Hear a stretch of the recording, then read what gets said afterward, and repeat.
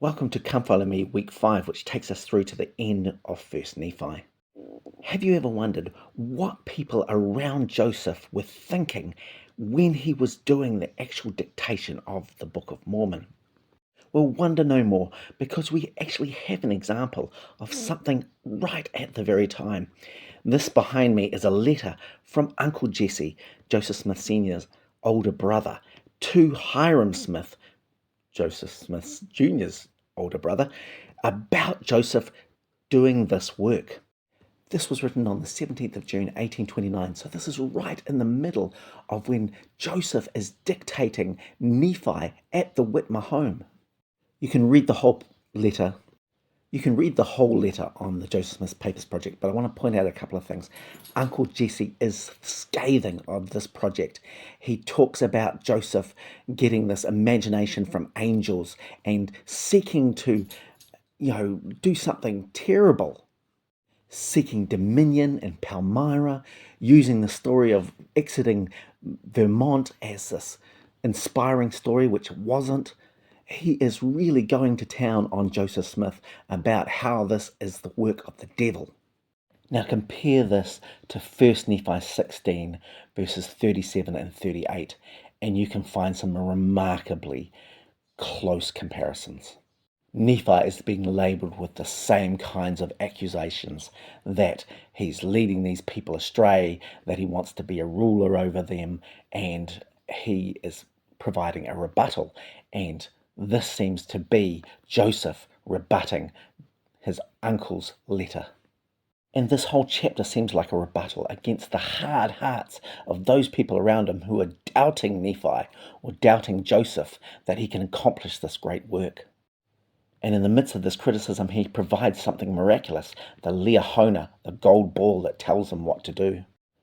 Lehi finds us just outside his tent door, which seems really curious, because if God can deliver a brass instrument outside his tent door, why didn't he send him the brass plates? Why did Laban have to die? And Nephi has to convince his brothers again and again that this is right, that he's doing the right thing, that he's leading them righteously. And this seems like something that Joseph is having to do in Fayette, to tell people and prove to people and to reassure people that what he's doing is correct, especially in the wake of this scathing letter from Uncle Jesse. And this miraculous ball is only going to work if you pay heed to it, just like this whole project's only going to work if you pay heed to Joseph. And in the midst of this murmuring, there's a number of resource concerns. There are extra mouths to feed at the Whitmer home, and that's stretching things. Things might be going awry in Palmyra and Manchester at the Smith home. There's a lot of difficulty, and Joseph is trying to provide, but he's also dictating the Book of Mormon. And so maybe he has to go out and find something and save the family. And this is a common theme, that Nephi is going to save the family, just like Joseph Smith Jr. is going to save his family. And in the midst of all this conflict, Ishmael dies, and the daughters particularly mourn him. And this could well relate to Emma, because she's now left harmony again for Joseph, left her father and her wealth and her comfort, and it's just horrible. And she's probably never going to see her father again, because he's cut her off, because she's chosen Joseph over him.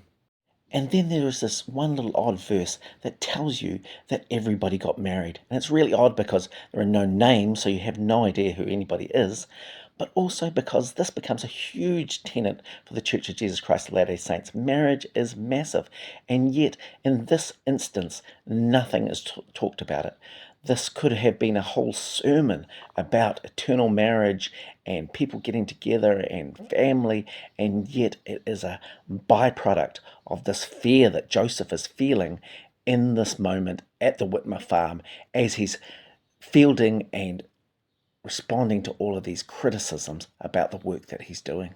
There is so much in this chapter, and it's fascinating. 1 Nephi 17 and 18 talk about Nephi building a ship, because the families have to travel across the ocean to get to the Americas, and this is going to require them crossing the Atlantic, at least, if not the Pacific. Building a sail ship to cross oceans is a really big deal. It requires a huge amount of technology and ability and labor in order to create all the things you need to be able to do this. And that's why it took so long for the Americas to be connected to the old world. So the ability to build a ship with 10 people that would transfer them all across the sea seems anachronistic because the technologies that would enable this to be possible later had not been invented yet. But of course, Nephi describes this as a miracle, that this was done after the manner of God and that God directed all of this. So with God, all things are possible. And Nephi starts to give some details about how this might be accomplished. And it seems very reminiscent of shipbuilding that occurs later in the 19th century, which Joseph may have observed. This shipbuilding process is very light on details, which is a pity because Nephi says that this is done after the manner of God. And so, God building a ship, that would be really great information to have. That could revolutionize shipbuilding and transport if we knew how God was going to build things as opposed to men. And of course, this is a complete miracle. So, does it really matter how Nephi is building this ship? Because effectively, it's just getting him from one place to another. But it does beg the question, why even build a ship in the first place if God can present a Liahona outside the tent door of Lehi? Can't he just pick up this family and place them in the Americas by teleportation or some other means? Because it seems like this shipbuilding process is really inconsequential to the act of getting there. The bulk of these two chapters really are talking about how Nephi is special, how he's communicating with God, and how other people just have to fall in line. That Nephi is superior and he's able to lead them. And that seems to be the basis of these two chapters. And this is a great metaphor for Joseph, of course, because the mechanism of producing the Book of Mormon is inconsequential. It's the act of being able to get this information and also to have Joseph be the one who does it. He's superior, he is special, and he is making it possible so that everybody else has this transportation from one understanding to the new understanding of God. The end of chapter 18 records the arrival onto the promised land, and it's very brief. Some things worth noting here. Firstly, they bring some seeds with them because they're planting their crops from Jerusalem in the new land. And this is again anachronistic because, of course, we can trace the DNA of plants, and there is no connection between American plants and Israel. But also, they find on the continent a whole lot of beasts, and they describe these as cows and ox and ass and horse and goats. And of course, these are all anachronistic as well. These just don't exist in America in this time period. So they're really imagining, or Joseph is imagining, his own worldview into the Americas in this ancient time. And one of the other really interesting things to note is that they find amongst this ore of gold and silver and copper, that it's really plentiful and abundant. And this is a really big thing that carries through the Book of Mormon, the idea that the Americas are full of gold. And this is part of Joseph Smith's treasure digging lore, which is going to impact the text quite significantly. And into chapter 19, you're going to see this reprisal of this idea of these small plates. They're not called that just yet, but the idea that Nephi is making a secondary set of plates that is going to record the spiritual history. And this is how he's going to get around the loss of the 116 pages. And this narrative around the replacement text is getting more sophisticated. He's going to use the term wise purpose, which is going to be used again in Words of Mormon and also in the Doctrine and Covenants to describe why this replacement text is necessary. This reiteration of the same story again and again suggests that Joseph is becoming more comfortable, but the more he's saying it, he's overdoing it. And verse 5 is kind of curious because he's giving a prompt in this text, just like a header, and he's saying, the account of my making these plates shall be given hereafter. So he's prompting himself, and then this becomes the mechanism by which he says pretty much the rest of the chapter. And there is also an excuse to the reader that there's going to be weakness in here. So he's already building in that idea of weakness that we see in Ether and into Moroni, the idea that these plates are going to have some mistakes in them, and they're the mistakes of men. And then there's this reiteration of Jesus coming 600 years from the time that Lehi left Jerusalem, and a whole treatise on Jesus that's going to fill the part of this next part of the chapter. And one of the great anachronisms of the Book of Mormon is the idea that people in 600 BC are talking about Christ in such really specific terms. And Joseph introduces a number of prophets that are not in the Old Testament that he says are going to testify of Jesus and testify so specifically. So you get the idea that he's writing into the Old Testament times this idea that people are really looking forward to Christ, which is really not in the Hebrew Bible. And he can be really specific about what happens to the Nephites and the Lamanites, because this has already been written. Of course, this is a replacement text afterwards, and he can give really specific prophecies about things that he knows are going to be fulfilled because they've already been written. And he's going to invoke the books of Moses with the idea that these also talk about Jesus, and yet he's not going to quote from any of these because it just doesn't happen. But he's going to talk about Isaiah, and the next two chapters are going to be on Isaiah. The idea that if you look at Isaiah, you can see this trajectory of the house of Israel, and that the Nephites and the Lamanites are part of that. So again, we see chapter 19 saying a lot without actually giving you a lot of information. Let's talk about Isaiah, because chapters 20 and 21 are just completely Isaiah passages. And there are a number of problems with this. The first problem is that it is pretty much a straight copy of a King James Version Isaiah passage. And we know this because there's no way to get something original from these passages. These are not earlier versions of Isaiah, earlier versions that scholars would look at and be able to say, look, this is something incredible, something from 600 BC. These passages in chapters 20 and 21 are reliant on a King James version of the Bible that Joseph had available to him in the 19th century. One good way of showing this is that in the King James Version, the translators put words in italics when there wasn't a direct translation for that word, but it just made the sentence complete. And so when you look at these passages in chapters 20 and 21 and you compare them against a Isaiah King James Version, you'll find that when they differ, because they do differ slightly, it's where most often when these little words come up. So we can tell that the passages in the Book of Mormon are dependent on an Isaiah King James Version. And we can see some of these in these passages here where I've highlighted inclusions into chapters 20 and 21 that aren't in the original Isaiah, but they are dependent on the King James Version. Most significant is in 1 Nephi 21:1, where there's a whole passage that is included that is not in the original, and this is just to make it more prominent with regard to the Isles of the Sea, and also include this idea of pastors being corrupt, which is something that becomes a central tenet of the Book of Mormon. Copying large parts of Isaiah has happened before in the dictation process.